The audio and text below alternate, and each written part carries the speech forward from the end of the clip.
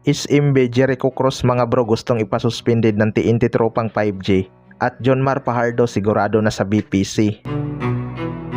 So matapos ang masakit na pagkatalo ng SMB noong Game 1 mga bro, nakabawi na nga itong SMB ng dalawang magkasunod na panalo. Sinisigurado na talaga ng SMB na hindi dikit ang laban sa dulo dahil mahirap na nga kapag naulit pa ang nangyari noong Game 1. No match talaga ang TNT sa SMB kapag walang import mga bro dahil mas malalim nga ang lineup ng SMB. Yung Chris Ross talaga ang dumiin sa TNT noong dulo. Hindi nga masyadong ginamit itong si Chris Ross noong eliminations mga bro. Kaya parang naging magic bunot ito ng SMB simula semifinals. 3-0 na nga sana itong series kung nakumpleto lang ng SMB ang kanilang comeback noong Game 1 kung walang nangyari na controversial call. Pero may chance pa naman itong SMB mga bro na tapusin ang series sa Game 5 kung magtuloy-tuloy ang kanilang magandang laro. Sa 3 points area lang naman kasi umaasa ang TNT. Kapag minalas ang kanilang shooting may kalalagyan talaga sila.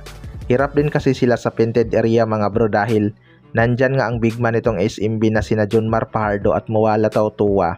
Tapos injured pa si Poy Eram.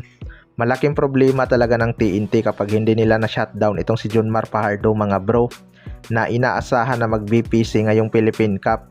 Si Jonmar Fajardo nga ang hari sa conference na to. Sa kabilang banda naman mga bro, Jericho Cross gustong ipasuspended ng TNT tropang 5G fans. Ito nga si Jericho Cross ang isa sa mga nagpapahirap sa TNT tropang 5G mga bro. Sobrang init nga ng kanyang shooting noong Game 3 kaya nang aasar na lang din ito sa TNT tropang 5G. Kilala naman natin itong si Jericho Cross mga bro na malakalbin abuiba din to mang-asar ng kalaban. May isang pangyayari pa nga noong Game 3 kung saan nagkasagutan itong si Coach Chot Reyes at Jericho Cross. Kaya maraming ang fans ng TNT ang may gusto na masuspended ito ng isang laro. Well, para sa akin mga bro, maraming beses na talaga natin nakita itong si Jericho Cross na emotional maglaro. May isang laro pa nga sa semis na hindi daw siya nakatulog matapos siyang tirahan ni L.A. Tenorio harap-harapan. Mukhang hindi pa rin talaga nalimutan ni Cross ang ginawa ng TNT sa kanya noon na halos kamuntikan ng matapos ang kanyang PBA career. Mabuti na lang at sinagip ito ng SMB at nagamit naman nila ng maayos. Pero malabo ang masuspended itong si Jericho Cross lalo na't wala naman itong nagawang flagrant foul penalty to.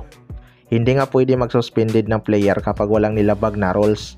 Ang kailangan ngang gawin ng TNT ay mag-focus sila kung paano nila i-shutdown ang nagpapahirap sa kanila sa painted area na si Jonmar Fajardo. Namiesta nga ito sa ilalim dahil wala si Poy Eram at foul trouble pa si BJR. Pero kahit malimit nila ito, marami din namang shooter ang SMB na kailangan din nila bantayan.